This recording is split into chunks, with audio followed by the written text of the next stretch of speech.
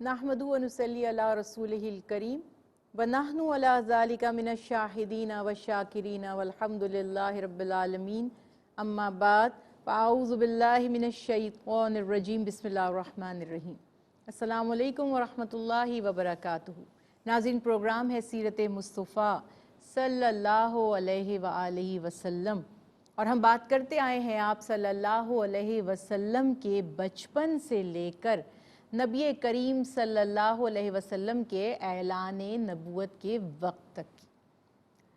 آج ہم بات کریں گے کہ کس طرح رسول اللہ صلی اللہ علیہ وسلم پر پہلی وحی کی کیفیت رہی، اور کس طرح اللہ کے حبیب حضرت محمد مصطفیٰ صلی اللہ علیہ وسلم نے اپنے قبیلے قوم والوں کو، اہل قریش کو اور عرب کے تمام لوگوں کو ایمان کی دعوت دی۔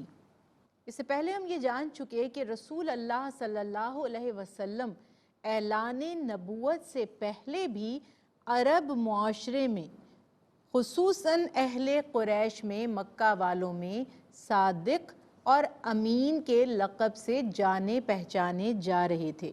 لوگ آپ کی سچائی، آپ کی دیانتداری کو مانتے تھے، اور ماننا کیا کہیے کہ صادق کسے کہتے ہیں؟ جو کبھی جھوٹ نہ بولے۔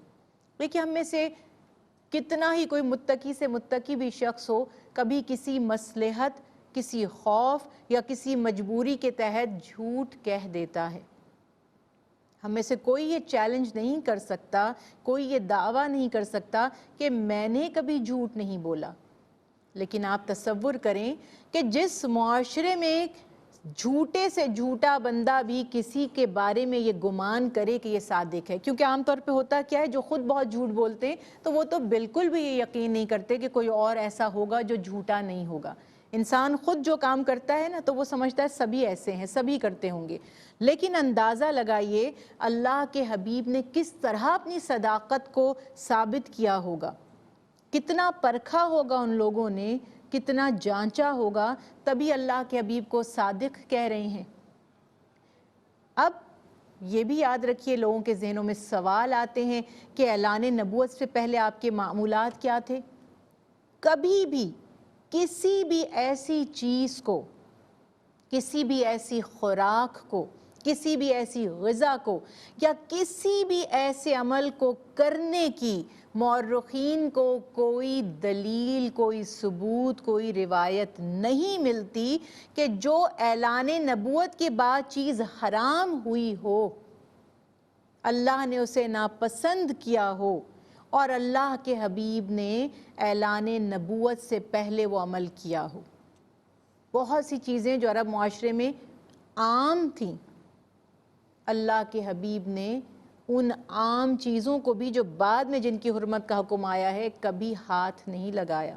حضرت خدیجہ الکبریٰ سلام اللہ علیہا فرماتی ہیں کہ نبی کریم صلی اللہ علیہ وسلم زیادہ تر اپنا وقت غار حرا میں گزارتے تھے، کھانا ساتھ لے جاتے تھے، بعض روایت میں ہے کہ روزہ بھی رکھا کرتے تھے۔ اچھا، یہ کچھ عبادتیں جیسے روزہ ہے، نماز ہے، دیگر عبادتیں چونکہ سلسلہ وار ہمیشہ سے چلی آ رہی تھیں، تو ان کا کانسیپٹ تو ہمیشہ موجود تھا۔ اللہ کے حبیب نے ہر اچھی چیز کو جاری و ساری رکھا، غار حرا میں رہتے پورا وقت اللہ کے پیغام کے منتظر، اور روزہ بھی رکھ رہے ہیں، غور و فکر بھی کر رہے ہیں۔ ہمارے ہاں ایک ٹرم یوز کی جاتی ہے، مراقبہ، میڈیٹیشن، خاموشی سے ایک جگہ بیٹھ جانا، کسی ایک مقصد کا ذہن میں تصور کر کے، کسی اسم کا ورد کرنے کے لیے، اللہ کے دین پر، کسی وصف پر، کسی تسبیح پر، کسی آیت پر غور و فکر کرنا۔ یہ میرے نبی حضرت محمد مصطفیٰ صلی اللہ علیہ وسلم کی سنت مبارکہ ہے کہ آپ صلی اللہ علیہ وسلم پورا وقت، یعنی کہ گھنٹوں، اللہ تعالیٰ کی یاد میں، ذکر میں، غور و فکر میں تشریف فرما ہیں، اور منتظر ہیں کہ کب اللہ کا حکم آئے، مجھے اس قوم کی اصلاح کا حکم آئے جو بت پرستی میں، ظلم میں، گناہوں میں، برائیوں میں ڈوبے ہوئے ہیں۔ عرب میں کیا حال تھا کون واقف نہیں ہے؟ اقتصادی دیکھ لیجئے، سیاسی دیکھ لیجئے، معاشرتی دیکھ لیجئے، گھریلو نظام کیا ہے؟ تعداد ازواج کی کوئی پابندی نہیں ہے، نکاح بھی لازم نہیں ہے، بغیر نکاح کے بدکاری کا فعل بھی ہو رہا ہے، لا تعداد نکاح بھی ہو رہے ہیں، عورتوں پر ظلم کیا جا رہا ہے۔ کسی کے جوتے کا تسمہ بھی ٹوٹ جائے تو وہ کہے گا کہ اگر کوئی مجھے نیا جوتا دلوا دے تو میں اپنی بیٹی اس کے نکاح میں دے دوں گا یا اس کے حوالے کر دوں گا۔ یہ ذلت کی گہرائیوں میں پڑا ہوا معاشرہ ہے۔ وہاں پر جہاں بیٹیوں کی پیدائش کو باعث عار سمجھا جا رہا ہے، اکثر لوگ تو پیدا ہوتے ہی بیٹی کو، بچی کو زندہ دفن کر دیا کرتے تھے کہ اس کی پیدائش ہمارے لیے ذلت کا سبب بن جائے گی۔ چھوٹی چھوٹی باتوں پر لڑائیاں کی جاتی تھیں، تم نے اپنے جانور کو پہلے پانی کیسے پلا دیا، تمہارا گھوڑا میرے گھوڑے سے آگے کیسے نکل گیا۔ یہ معمولی باتیں ہیں اور ان پر خون ریزیاں ہو رہی ہیں۔ اب آپ اندازہ لگائیں کہ جہاں انصاف کا، جہاں پر اخلاق کا، جہاں پر ایثار کا کوئی تصور ہی نہیں ہے، لوگ واقف ہی نہیں ہیں یہ ٹرمز کیسی ہیں، کیا ہیں یہ، خود غرض اور ایک بے حس معاشرہ بن چکا ہے۔ اللہ کے حبیب حضرت محمد مصطفیٰ صلی اللہ علیہ وسلم نہ صرف یہ کہ ان تمام برائیوں سے دور ہیں، انہیں ناپسند فرماتے ہیں، بلکہ منتظر ہیں کہ کس طرح میں ان لوگوں کی اصلاح شروع کروں۔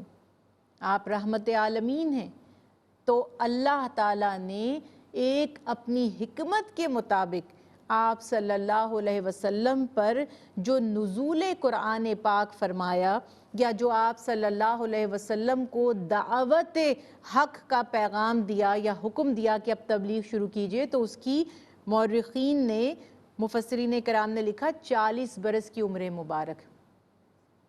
40 برس کی عمر مبارک جب ہوئی، بعض کہتے ہیں کہ ربیع الاول میں پہلی وحی آئی، بعض کہتے ہیں ماہ رمضان المبارک میں آئی۔ قرآن پاک سے اگر ہم میچ کرتے ہیں اور ہم دیکھتے ہیں تو جیسا کہ قرآن پاک کے نزول کے بارے میں اللہ تعالیٰ ارشاد فرما رہے ہیں شہر رمضان الذی انزل فیہ القرآن، کہ یہ ماہ رمضان المبارک ماہ قرآن ہے، نزول قرآن پاک کا مہینہ ہے۔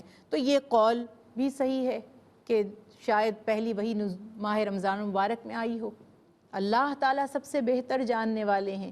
لیکن وہی اللہ کے حبیب پر آ گئی۔ زیادہ تر روایات ہیں کہ سورہ علق کی ابتدائی آیات اقرأ بسم ربک الذی خلق، اپنے پروردگار کے نام سے پڑھیے جس نے پیدا کیا۔ بعض مفسرین نے یہ بھی لکھا کہ سورہ فاتحہ ابتدائی وحی میں نازل ہوئی، مگر زیادہ ریفرنسز جو ہیں سورہ علق کے ہیں۔ پھر وہی بات کہیں گے کہ ہمارے ایمان پر یا ہمارے اعمال پر اس بات سے کوئی فرق نہیں پڑتا کہ پہلی وحی کون سی تھی، کیونکہ پورا قرآن پاک سورہ فاتحہ سے لے کر سورہ ناس تک ایک ایک آیت مبارکہ اور ایک ایک سورہ ہماری ہدایت، ہماری نجات اور ہماری اصلاح کا ذریعہ ہے۔ سب پیغام اللہ کی طرف سے ہے، واسطہ جبرائیل علیہ السلام، خواب کے ذریعے، حجاب یعنی پردے کے پیچھے سے، جو وحی کے طریقے ہیں، ڈیوائن میسج، اللہ کی طرف سے پیغام اللہ کے حبیب تک وہ پہنچتا رہا۔ پہلی وحی کی کیفیات میں بھی مختلف روایات بیان کی جاتی ہیں۔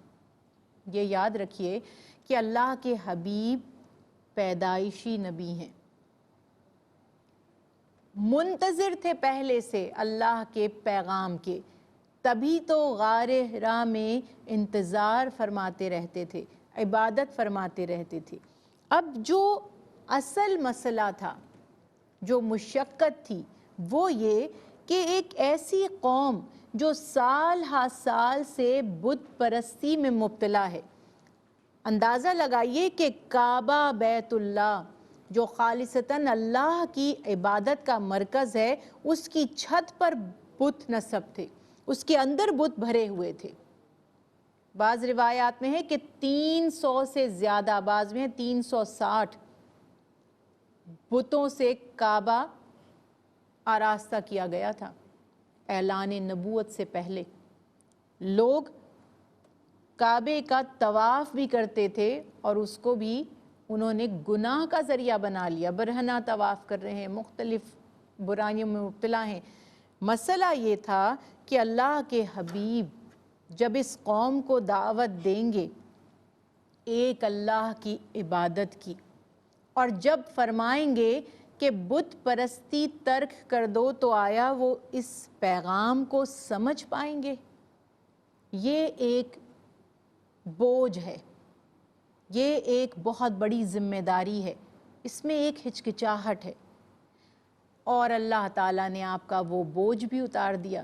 اللہ نے آپ کو قوت عطا فرما دی، آپ کے سینے کو کشادہ کر دیا۔ الم نشرح لک صدرک، کیا ہے یہ؟ کشادہ کر دیا آپ کے سینے کو کہ آپ پیغام دیں۔ اللہ کے حبیب نے اللہ کے حکم سے جب پہلی بار اپنی قوم کو توحید کی، اللہ کے دین کی دعوت دی، جب اعلان فرمایا کہ میں اللہ کا رسول ہوں، تو کوہ صفا پر آپ تشریف لے گئے، اپنے کنبے کو، اہل و عیال کو، ساری قوم کو بلا لیا، اور انداز دیکھیے۔ سب سے پہلے آپ صلی اللہ علیہ وسلم نے فرمایا کہ لوگو، کیا تم مجھ پر یقین کرتے ہو؟ سب نے کہا آپ سے بڑھ کر کس پر یقین کرتے ہیں؟ آپ نے فرمایا کہ اگر میں تم سے یہ کہوں کہ اس پہاڑ کی چوٹی کے پیچھے، اس پہاڑ کے عقب میں، اس کے پیچھے دشمن کا لشکر ہے، تمہارے دشمن ہیں جو تم پر حملہ کرنے والے ہیں، کیا تم یقین کرو گے؟ سب ایک زبان ہو کر کہتے ہیں کیوں نہیں کریں گے؟ آپ صادق ہیں، آپ سے بڑھ کر کوئی سچ نہیں بولتا، آپ جو بات فرما دیں گے ہم یقین کریں گے، ہم نے آپ سے کبھی سچ کے سوا کچھ سنا ہی نہیں۔ اب یہ ان کی سٹیٹمنٹ ہے، اب آپ ذرا اندازہ لگائیے، اللہ کے حبیب کا انداز مبارک دیکھیے۔ ابھی تبلیغ نہیں فرمائی، ابھی اعلان نہیں فرمایا، ابھی صرف سوال کیا کہ میرے بارے میں تمہاری رائے کیا ہے، تم مجھ سے کیا گمان کرتے ہو، تم مجھ پر کتنا بھروسہ کرتے ہو؟ تو سب نے یقین دلا دیا کہ آپ جو کہہ دیں گے ہم مان لیں گے، کوئی تردد نہیں، کوئی شک نہیں، بالکل نہیں۔ اللہ کے حبیب نے فرمایا تو لوگوں، میں تمہیں دعوت دیتا ہوں کہ بت پرستی چھوڑ دو، صرف ایک اللہ کی عبادت کرو، اس کے سوا تمہارا کوئی معبود نہیں ہے، وہ خالق ہے، مالک ہے، تنہا عبادت کے لائق ہے، اور جن بتوں کو تم اللہ کے ساتھ شریک کر رہے ہو یا پوج رہے ہو، یہ سب باطل ہیں، جھوٹ ہیں۔ بس یہ سننا تھا کہ قوم تو سٹپٹا گئی، بوکھلا گئی۔ وہ لوگ جو ابھی کچھ سیکنڈز پہلے کہہ رہے تھے آپ صادق ہیں، آپ کبھی کچھ غلط فرما ہی نہیں سکتے، وہ آپ صلی اللہ علیہ وسلم کے مخالف بن گئے اور کہنے لگے کہ آپ نے ہمیں اس لیے بلایا تھا، ناراض ہو گئے، بپھر گئے۔ اللہ کے حبیب نے تبلیغ اور دعوت حق کا سلسلہ جاری رکھا، کس طرح مشقتیں اٹھائیں، کیا کیا تکالیف برداشت کی، لیکن پیغام حق لوگوں تک پہنچاتے رہے۔ انشاءاللہ اگلے پروگرام میں مزید گفتگو کریں گے۔ آج پروگرام کا وقت ختم ہوتا ہے، اجازت دیجیے۔ جو کچھ ہم نے سنا، جو بیان کیا گیا، اللہ اسے سمجھنے اور اس پر عمل کی توفیق عطا فرمائے۔ وما علینا الا البلاغ المبین۔